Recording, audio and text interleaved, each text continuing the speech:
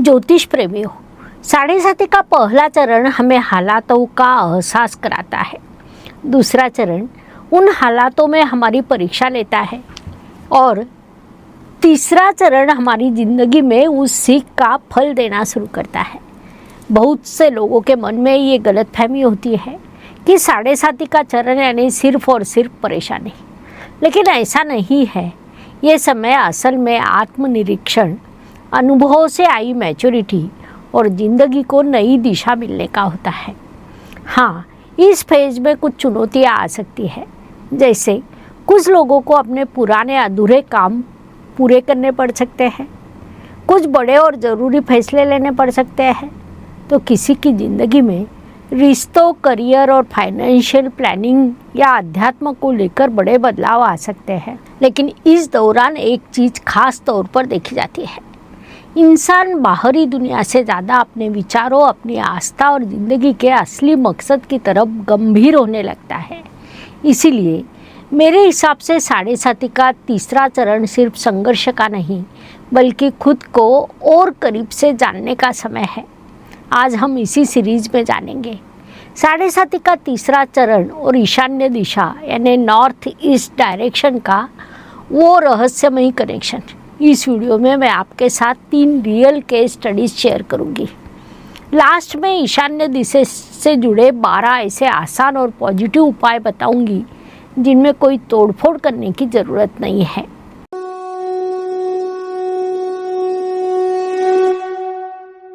हमारे वास्तुशास्त्र में ईशान्य दिशा को, नॉर्थ ईस्ट को सबसे पवित्र और सात्विक दिशा माना गया है। ये सिर्फ घर का एक कोना नहीं है, ये ज्ञान, आस्था, विवेक, अध्यात्म, अंतर्ज्ञान, इंट्यूशन और ईश्वर की कृपा का प्रतीक है।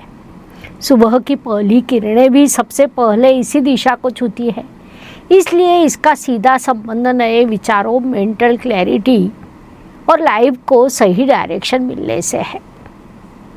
ज्योतिष में भी ज्ञान, गुरु तत्व, सही समझ और सही मार्गदर्शन का इंसान ही जिंदगी पर बहुत बड़ा असर होता है।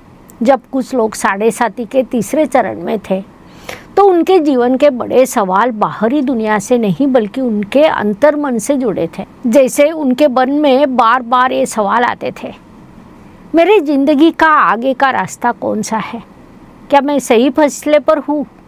इतना सब कुछ हासिल करने के बाद भी मन में खालीपन क्यों है? मेरी लाइफ का असली पर्पज क्या है? ये मेरा दावा नहीं कि ऐसा हर किसी के साथ होता है, लेकिन जब मैंने ऐसे लोगों के घर की ईशान्य दिशा के बारे में पूछना शुरू किया तो कुछ हैरान करने वाले ऑब्जर्वेशन सामने आए।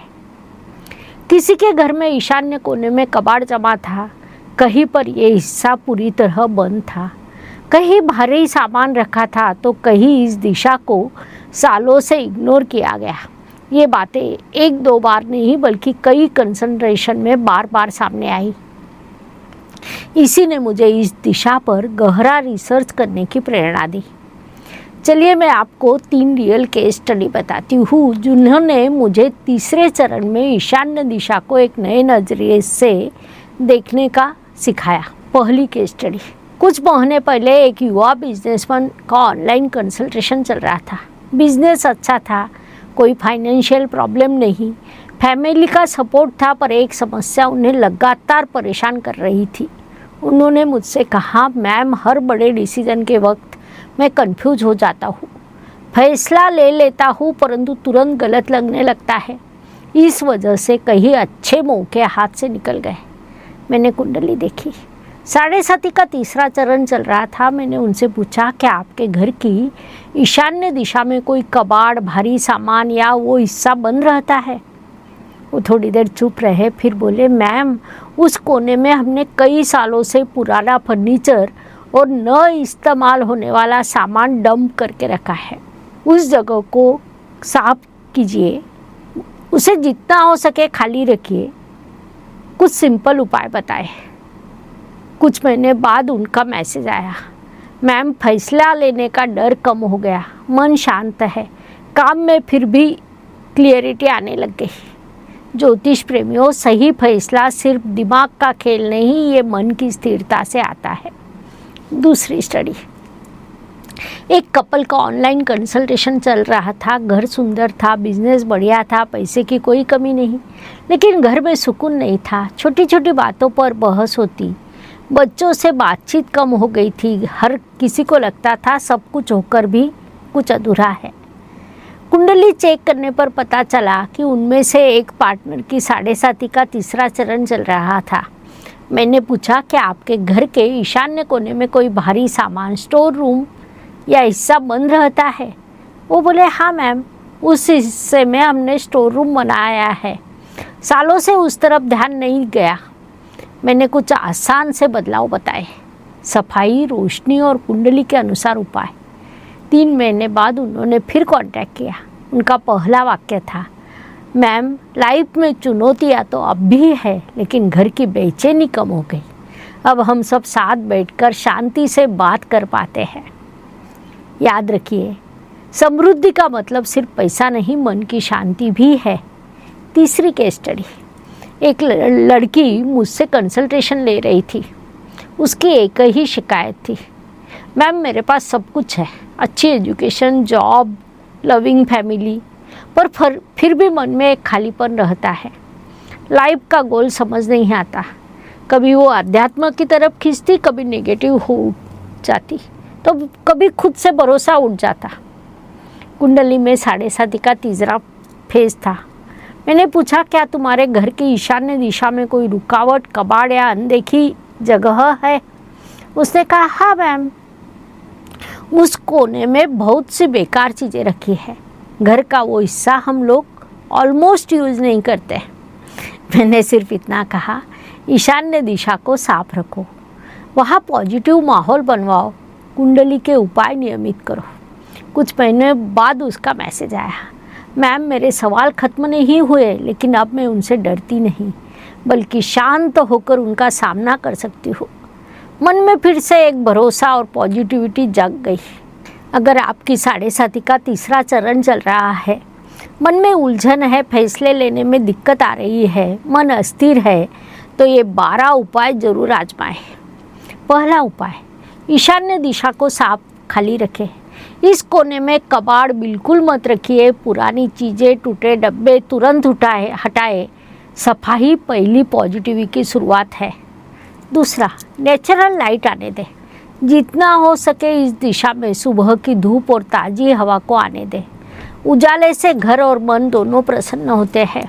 3, भारी सामान न रखें। बड़े वार्डरोब, भारी लोहे की चीज़ें या भारी कबाड़ इस हिस्से में रखने से बचें। इस कोने को जितना हो सके लाइट रखें। रेगुलर सफाई की आदत डालें। चौथा उपाय, हफ्ते में कम से कम एक दिन घर के इस कोने पर स्पेशल ध्यान दें। बड़े बदलाव हमेशा छोटी आदतों से शुरू होते हैं। 5वां उपाय, पूजा स्थान को सात्विक रखें। बहुत से घरों में ईशान्य दिशा में मंदिर होता है। अगर ऐसा है तो वहाँ की सफाई, अरेंजमेंट और शांत माहौल का खास ख्याल रखें। पूजा सिर्फ एक विधि नहीं, मन को एकाग्र करने का जरिया है। अगला उपाय, प्रार्थना और मेडिटेशन। रोज कुछ मिनट शांत बैठकर प्रार्थना, ध्यान या नाम स्मरण करें। शांत मन हमेशा सही फैसला लेने में मदद करता है। अगला उपाय, हल्के और सात्विक रंगों का इस्तेमाल। इस दिशा में दीवारों पर सफ़ेद, हल्का पीला, लाइट क्रीम या स्काई ब्लू रंग करवाएं। ये रंग मन को सुकून देते हैं। अगला उपाय, पॉजिटिव तस्वीरें लगाएं। उगता हुआ सूरज, हिमालय, कमल का फूल या मन को शांत करने वाली कोई सात्विक तस्वीर इस दिशा में लगाई जाती है। रोज़ कुछ पल आत्म परीक्षण करें। खुद से पूछिए, आज मैंने क्या सीखा, कौन सी गलती सुधारनी है, कल क्या बेहतर कर सकता हूँ। 7.5 का तीसरा फेज हमें यही सिखाता है। ज्ञान बढ़ाने की आदत सबसे महत्वपूर्ण उपाय है। अच्छी किताबें, उपनिषद, भगवद गीता या कोई भी मोटिवेशनल लिटरेचर पढ़ें। ज्ञान हमेशा मन को सही रास्ता दिखाता है। ग्रैटिट्यूड, कृतज्ञता और विनम्रता जो आपके पास है उसके लिए शुक्रिया कहें। अपने बड़े और गुरुओं का सम्मान करें। ईगो छोड़कर जब आप विनम्र होते हैं तो मन अपने आप शांत होता है। आस्था और कर्म का बैलेंस करें। सिर्फ उपायों के भरोसे मत बैठिए, सिर्फ मेहनत पर भी नहीं। आस्था, पॉजिटिव सोच, सही एक्शन और लगातार कोशिशों के बीच बैलेंस बनाइए। ज्योतिष प्रेमियों, आज जो 12 उपाय मैंने आपको बताए, ये कोई जादू टोना नहीं है। अगर आपकी साढ़े साथी का तीसरा चरण है तो एक बार अपने घर की ईशान्य दिशा को जरूर चेक करें। अगर सब कुछ ठीक है तो इससे अच्छी कोई बात हो नहीं सकती, लेकिन छोटा सा बदलाव मुमकिन है तो उसे आज ही कर दीजिए, क्योंकि घर का कोना बदलने से ज़्यादा ज़रूरी है अपने विचारों, अपनी आस्था और अपने विवेक को सही दिशा देना। घर की पवित्रता तो ज़रूरी है, पर उससे भी ज़्यादा ज़रूरी है अपने मन की पवित्रता। याद रखिए, साढ़े साथी हमें कोई सज़ा देने नहीं आती, वो हमें ज़्यादा अवेयर, जागरूक करने और मैच्योर बनाने आती है। साढ़े साथी को बदलने की कोशिश मत कीजिए, साढ़े साथी में खुद को बदलने की कोशिश कीजिए, क्योंकि जब विचार बदलते हैं तो फैसले बदलते हैं, फैसले बदलते हैं तो कर्म बदलता है, कर्म बदलते भविष्य अपने आप बदलने लगता है। यही शनिदेव का सच्चा संदेश है। अगर आज का वीडियो आपको इन्फॉर्मेटिव और काम का लगा तो इसे शेयर ज़रूर कीजिएगा। आपके एक शेयर से किसी को सही समय पर सही रास्ता मिल सकता है। अब मुझे आपकी एक छोटी सी मदद चाहिए। कमेंट बॉक्स में ज़रूर लिखकर बताइए आपकी राशि क्या है। क्या आपकी साढ़े साथी का तीसरा चरण चल रहा है? क्या ईशान दिशा को लेकर आपका कोई अनुभव है जो इस रिसर्च से मेल खाता हो? आपका हर एक अनुभव मेरे इस एस्ट्रो वास्तु रिसर्च को और मजबूत बनाएगा। अगले वीडियो में हम एक बिल्कुल अलग और बहुत ज़रूरी टॉपिक पर बात करेंगे। साढ़े साथी खत्म होने के बाद भी कुछ लोगों की लाइफ में संघर्ष क्यों बना रहता है? क्या इसके पीछे सिर्फ शनिदेव होते हैं या हमारी कुंडली, हमारी वास्तु और हमारे कर्मों का कोई गहरा कनेक्शन? तब तक के लिए घर में पॉजिटिविटी रखिए, मन में श्रद्धा, विचारों में विवेक और कर्म में ईमानदारी रखिए, क्योंकि आखिर में ग्रह सिर्फ रास्ता दिखाते हैं, रास्ते पर चलना तो हमें खुद होता है। धन्यवाद। शुभम भवतु। जय ज्योतिष। ज्योतिष का अध्ययन तथा शास्त्र की शास्त्रीय तरीके से पढ़ाई करने के लिए मेरी 2 किताबें प्रकाशित हो चुकी है, उनका अवश्य लाभ लीजिए। Please like, share and subscribe the channel, और हाँ, बेल आइकॉन दबाना ना भूलें। धन्यवाद।